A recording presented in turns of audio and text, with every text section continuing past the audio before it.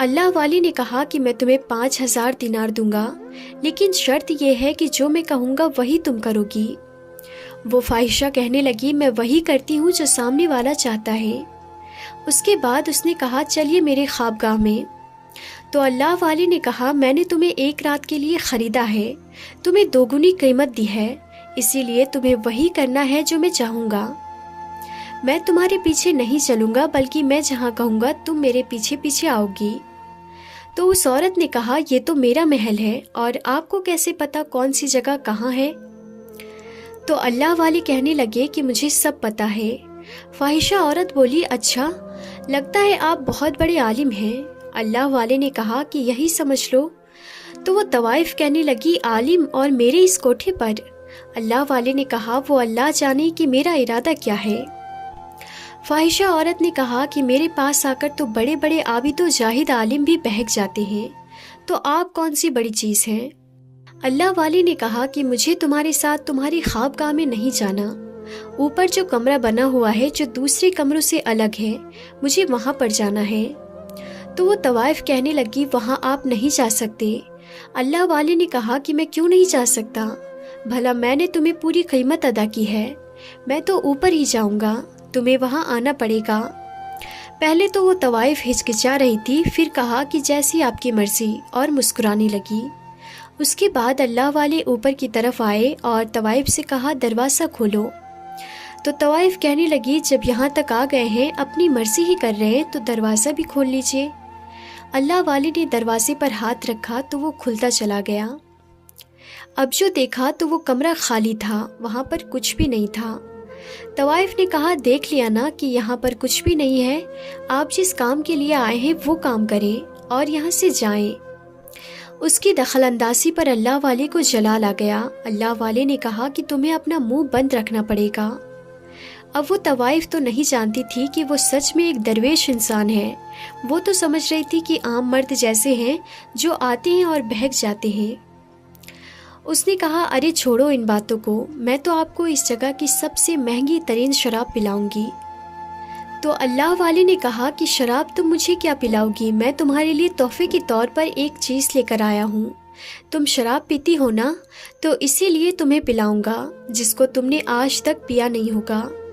اس کے بعد اس نے اپنی کنیزوں کو بلایا اور کہا ہمارے لیے 2 گلاس لے کر آؤ۔ اللہ والے نے کہا میں تو شراب پیتا نہیں ہوں۔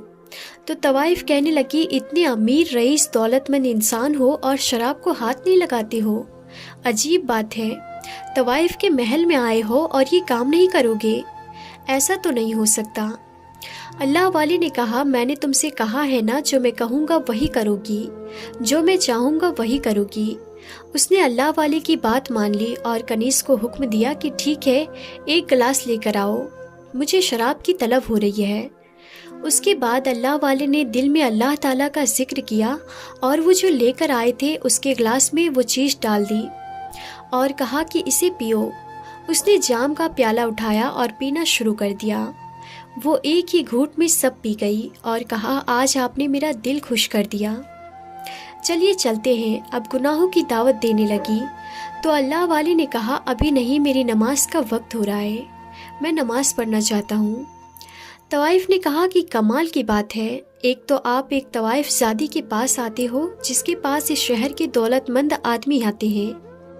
اس کے بعد اللہ والے نے دل میں اللہ تعالیٰ کا ذکر کیا اور وہ جو لے کر آئے تھے اس کے گلاس میں وہ چیز ڈال دی اور کہا کہ اسے پیو۔ اس نے جام کا پیالہ اٹھایا اور پینا شروع کر دیا۔ وہ ایک ہی گھونٹ میں سب پی گئی اور کہا آج آپ نے میرا دل خوش کر دیا ہے، چلیے چلتے ہیں۔ وہ گناہوں کی دعوت دینے لگی۔ تو اللہ والے نے کہا ابھی نہیں، میری نماز کا وقت ہو رہا ہے، میں نماز پڑھنا چاہتا ہوں۔ طوائف نے کہا کہ کمال کی بات ہے، ایک تو آپ ایک طوائف زادی کے پاس آتے ہو جس کے پاس اس شہر کے دولت مند آدمی آتے ہیں اور پھر شراب کو ہاتھ نہیں لگا رہے، اور مجھے میرے خوابگاہ کی طرف لے کر بھی نہیں گئے ہو، اس کمرے میں آ گئے ہو اور اب کہتے ہو نماز پڑھوں گا۔ اللہ والے نے کہا کہ میں تم سے جو کہہ رہا ہوں وہ مجھے کرنے دو، ورنہ بہت برا ہو سکتا ہے۔ تو وہ عورت غصے میں آ گئی اور بولی کیا کر لو گے؟ اللہ والے نے کہا کہ ابھی کچھ نہیں کہہ سکتا، تم شراب کے نشے میں ہو، فی الحال مجھے نماز پڑھنے دو۔ اس کے بعد انہوں نے نماز پڑھنا شروع کر دی۔ کافی دیر تک نماز پڑھتے رہے اور وہ عورت اللہ والے کو دیکھتی رہی۔ جس جگہ زندگی میں کبھی عبادت نہ کی گئی ہو اور جہاں پر صرف گناہ ہی گناہ ہوئے ہوں، وہاں ایک اللہ والے نماز ادا کر رہے تھے۔ اس کی ساری کنیزیں اور غلام وہاں آ کر کھڑے ہو گئے۔ پھر اللہ والے نے دعا کرنا شروع کی۔ کافی دیر تک دعا کرنے کے بعد وہ اٹھے اور کہا، مجھے کھڑکی کھولنی ہے، تازہ ہوا اندر آنی چاہیے۔ اس کے بعد وہ طوائف کچھ نہ کہہ سکی، اس کی زبان بند ہو گئی تھی، خاموش تھی، سب کچھ دیکھ رہی تھی بڑی خاموشی سے۔ اللہ والے نے کھڑکی کھولی تو وہاں پر وہ عورتیں کھڑی ہوئی تھی، ان کے اشارے کا انتظار کر رہی تھی۔ انہوں نے اشارہ کیا، اوپر آ جاؤ، اور گاؤں کے کچھ اور مرد بھی ان کے ساتھ ساتھ اوپر تک آ گئے تاکہ یہ نظارہ ہر کوئی دیکھ سکے۔ وہ لوگ اندر چلے آئے۔ اس کے بعد اللہ والے نے کہا، اے طوائف زادی، تو سچ بتا۔ وہ کہنے لگی، پوچھئے، کیا پوچھنا چاہتے ہیں؟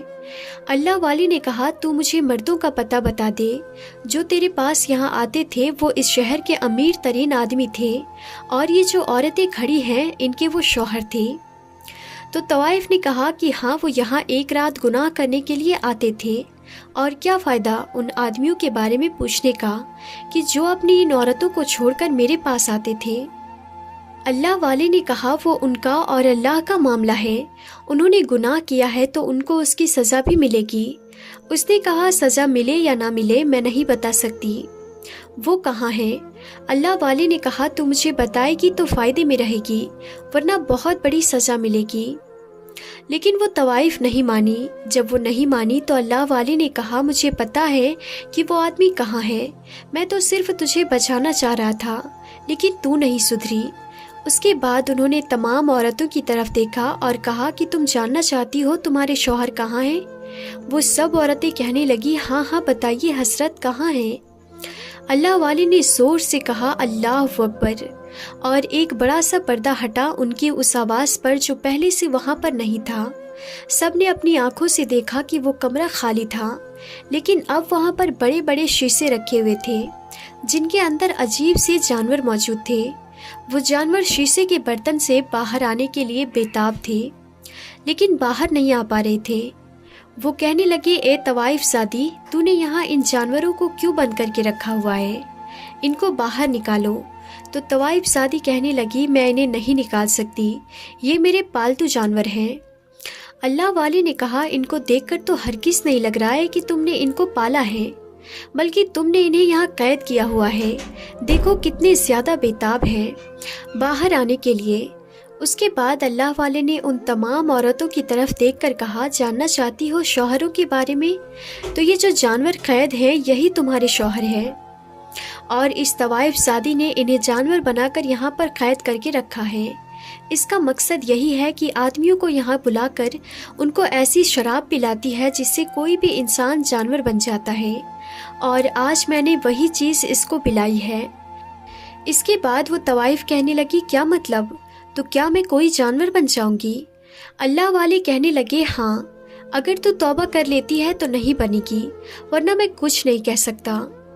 فاحشہ عورت نے کہا، میں کیوں توبہ کروں؟ میرے پاس سب کچھ ہے، میرے پاس کسی بھی چیز کی کمی نہیں، مجھ پر تمہاری پلائی ہوئی چیز کا کوئی اثر نہیں ہوگا۔ وہ بڑے فخر سے کہہ رہی تھی، لیکن اسی وقت اس کو اپنے جسم میں تبدیلی محسوس ہونے لگی۔ اس کا جسم آہستہ آہستہ بدلنے لگا۔ وہ جو بہت خوبصورت تھی، حسین تھی، لمبے کالے بال تھے، دیکھتے ہی دیکھتے وہ بڑی سی ناگن بن گئی۔ اب وہ فاحشہ عورت ناگن بن چکی تھی، اور جس شیشے میں وہ انسان نما جانور قید تھے، ان میں سے ایک شیشے پر اللہ والے نے پڑھ کر پھونکا تو وہ اس شیشے کی قید سے باہر آ گئے۔ وہ عورت چلانے لگی، تم نے مجھے شراب پلائی ہے، تمہاری شراب سے مجھے یہ کیا ہو گیا ہے؟ اللہ والے کہنے لگے، ہم مسلمان ہیں، نہ شراب پیتے ہیں اور نہ پلاتے ہیں، شراب حرام ہے، میں نے جو پلایا ہے وہ فقط ایک جڑی بوٹی کے قطرے ہیں۔